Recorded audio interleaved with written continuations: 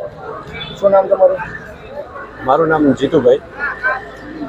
Hospital તમે આવ્યા હતા, કંઈક શું હતું? આજથી 2 month પહેલાં મારા નાના ભાઈનું જે તે સમયે એક અકસ્માત થયેલો, એના માટે અમે અહીંયા ટ્રીટમેન્ટ માટે આવેલા હતા. પછી એમને ઓપરેશન કરાવેલું. ઓપરેશનમાં જે તે સમયે જમણા હાથની ત્રીજી આંગળીમાં ઓપરેશન કરાવેલું. તો ઉપરના ભાગમાં ખોટ રહી ગયેલા અમને જણાતા એવા, તો અમે ડૉક્ટરનો સંપર્ક કરેલો. ડૉક્ટરને અમે કીધેલું, ભાઈ અમને આમાં એવું ખોટ કે એવું પણ લાગે છે. તો ડૉક્ટરે જોયેલું. ડૉક્ટરનું કહેવાનું એવું થયું કે ભાઈ આ ઉપરના ભાગમાં અમે આંગળીના જે અંગૂઠાનો ભાગ આવે ને ટચલી, એમાં અમે ઓપરેશન કરતા જ ભૂલી ગયા છે, એવું ડૉક્ટરે કીધેલું. રાજદીપસિંહ ચૌહાણ કરી છે, અને એમના આસિસ્ટન્ટ ગઢવી સાહેબ કરીને હતા. એમને કઈ હોસ્પિટલ? આયુષ હોસ્પિટલ.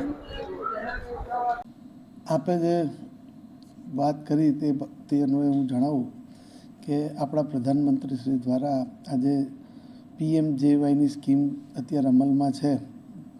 જ્યારે સાહેબ આ રાજ્યના મુખ્યમંત્રી હતા ત્યારે મા કાર્ડ અને આયુષ્યમાન કાર્ડ ચાલતું, અને 5 લાખ રૂપિયા સુધી ઘરના મુખિયાને અને બાકીના તમામ સભ્યોને જે ક્રિટિકલ માંદગી માટેની સારવાર આપવામાં આવતી, તેની સાથે હવે કોઈપણ માંદગી માટે 5 લાખ રૂપિયા સુધીની સારવાર ફ્રી આપવામાં આવે છે.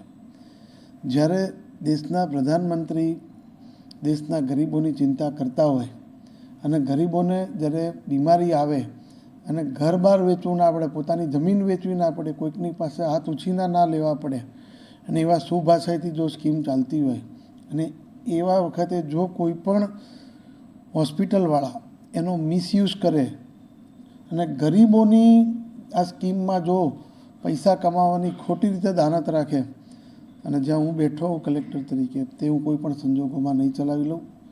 આપે જે આશંકા કરી છે એના માટે અમે CDHOશ્રીને અને આરોગ્ય વિભાગના અન્ય અધિકારીઓને સૂચના આપી દીધી છે, અને એ સૂચના અત્યારે હું આપને જાહેરમાં નહીં કહી શકું, પરંતુ અમે એમાં ડિટેલ તપાસ કરાવશું.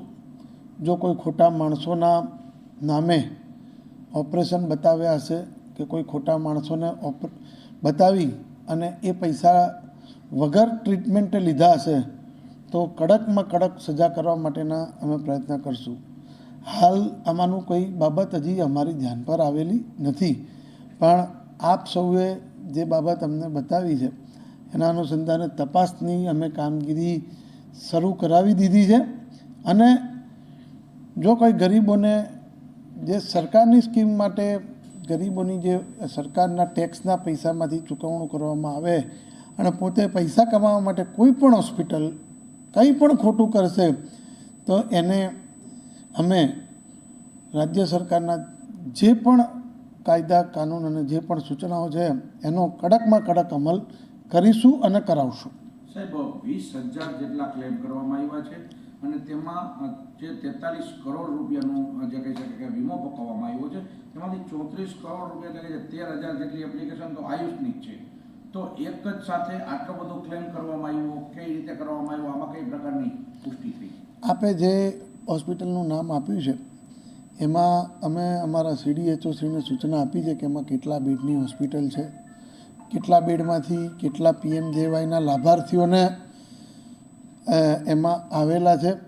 એ PMJYના લાભાર્થી પૈકી જો કોઈ ખોટા નામે એમને ક્લેમ કર્યા છે કે કેમ, એમાંના એ ક્લેમ પાસ થયા છે કે કેમ, આની સંપૂર્ણ રીતે ચકાસણી કરવામાં આવશે. ગાંધીનગરથી પણ અમે ટીમને આમંત્રિત કરીને તાત્કાલિક બોલાવશું, અને જો કોઈ પણ પ્રકારનો ફ્રોડ થયો છે તો હું આપના માધ્યમથી મોરબીના લોકોને ખાતરી આપું છું કે ક્યાંય કોઈએ પણ કોઈ પણ સ્કીમમાં ખોટું કર્યું હશે તો હું કોઈ પણ સંજોગોમાં ચલાવીશ નહીં, અને એમાં અમારા પર અત્યાર સુધી કોઈ દબાણ પણ આવ્યું નથી, અને કોઈ પણ દબાણ આવશે તો દબાણને વશ પણ નહીં થઈએ, પરંતુ જે પણ કાયદા મુજબની પરિસ્થિતિ હશે એ મુજબના નિર્ણય કરવામાં આવશે. CT સ્કેન હોય કે દવાઓ હોય કે એવી કોઈ બાબત હોય તો એની બજાર કિંમત કરતાં અહીં વધુ જે સામાન્ય દવાખાના હોય એના કરતાં અહીં વધુ લેવાની વાત છે, એ બાબતમાં ધ્યાનમાં આવે છે. CT સ્કેન ને એ બધી જે ચીજો છે એના કોઈ પૂર્વ નિર્ધારિત ભાવ રાજ્ય સરકાર તરફથી કરવામાં આવેલા નથી.